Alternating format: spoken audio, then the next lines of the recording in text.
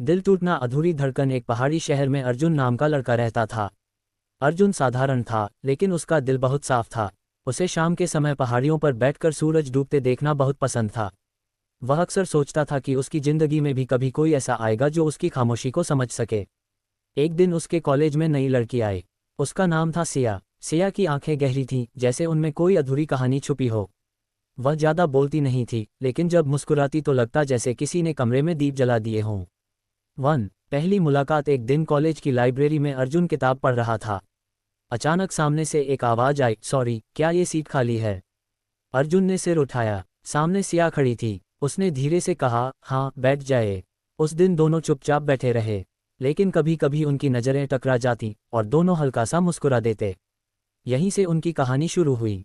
जड़ी बूटी दोस्ती। कुछ ही हफ्तों में लाइब्रेरी की मुलाकातें, कैंटीन की चाय और कॉलेज के बाद की लंबी सैर उनकी रोज़ की आदत बन गई।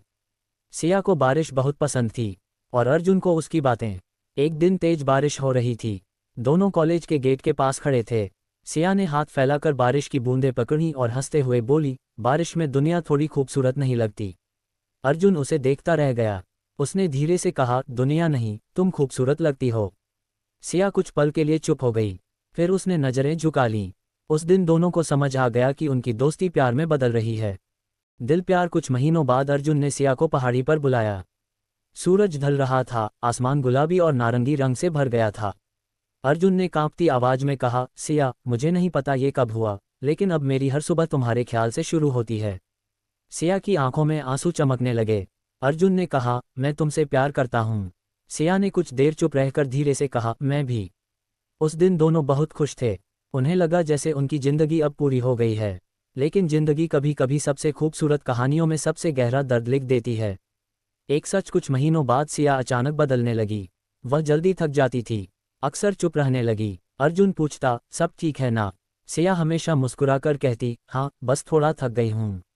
लेकिन सच कुछ और था। एक दिन सिया अस्पताल गई। डॉक्टर ने उसे बताया कि उसे गंभीर बीमारी है और शायद उसके पास ज़्यादा समय नहीं है। सिया की दुनिया रुक गई, लेकिन उसने फैसला किया कि वह अर्जुन को ये सच नहीं बताएगी। वह नहीं चाहती थी कि अर्जुन की मुस्कान उसके दर्द में बदल जाए। दिल टूटना। सच का पता। कुछ दिनों बाद अर्जुन को सिया की मेडिकल रिपोर्ट मिल गई। जब उसने सच पढ़ा तो उसके हाथ कांपने लगे। वह तुरंत अस्पताल भागा। सिया खिड़की के पास बैठी थी। अर्जुन ने गुस्से और दर्द से पूछा, तुमने मुझे बताया क्यों नहीं? सिया की आंखों में आंसू आ गए। क्योंकि मैं नहीं चाहती थी कि तुम हर दिन डर के साथ जियो। अर्जुन रो पड़ा, तुम्हारे बिना जीना ही सबसे बड़ा डर है।